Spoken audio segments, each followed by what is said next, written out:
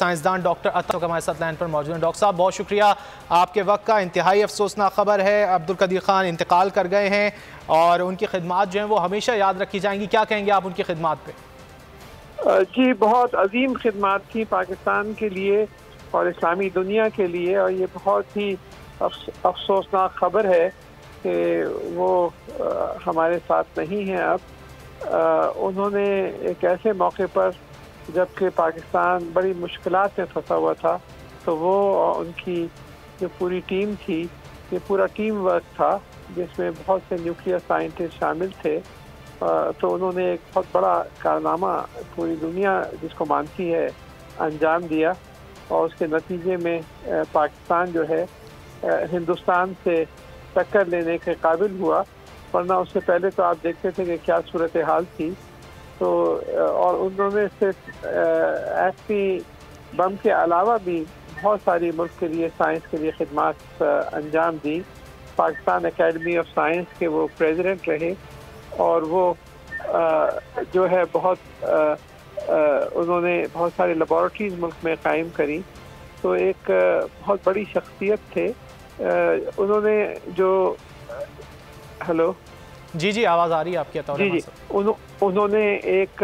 جو بہت بڑا ان کا کنٹریبیوشن ہے ملک میں، وہ انجینئرنگ یونیورسٹیز کو جو سپورٹ کیا، غلام اسحاق خان انسٹیٹیوٹ میں کے قائم ہونے میں انہوں نے بہت ایک کلیدی کردار ادا کیا، اور وہ میرے بہت قریب رہے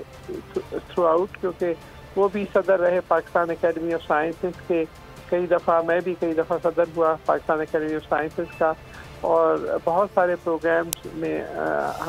ہم آپس میں مشورہ کرتے رہے۔ تو ایک بہت بڑی شخصیت ہمارے میں سے چلی گئی ہے، لیکن جو پیچھے لوگ چھوڑے ہیں وہ ایک بہت مضبوط ٹیم ہے، جیسے ڈاکٹر قمر مبارک بھی فرما رہے تھے کچھ دیر پہلے، اور وہ جو ہے کام جو ہے وہ جاری رہے گا انشاءاللہ۔ اور پاکستان نے میزائل ٹیکنالوجی اور نیوکلیئر ٹیکنالوجی میں جو کچھ کیا ہے اس سے پاکستان میں ایک بہت مضبوط ملک کے طور پہ ابھرا ہے، اور انشاءاللہ ہم اپنے دشمنوں کا مقابلہ کرتے رہیں گے، کیونکہ اب پاکستان جو ہے کسی لحاظ سے… ڈاکٹر صاحب آپ نے دشمنوں سے مقابلہ کرنے کی بات کی، اب کہا یہ جاتا ہے کہ جنگیں جو ہیں روایتی جنگیں نہیں ہوں گی، ہمیں مختلف فیلڈز کے اندر جو ہے وہ مختلف ممالک کا سامنا کرنا ہے، اور یہی جو ہے وہ اصل جنگیں ہوں گی اب۔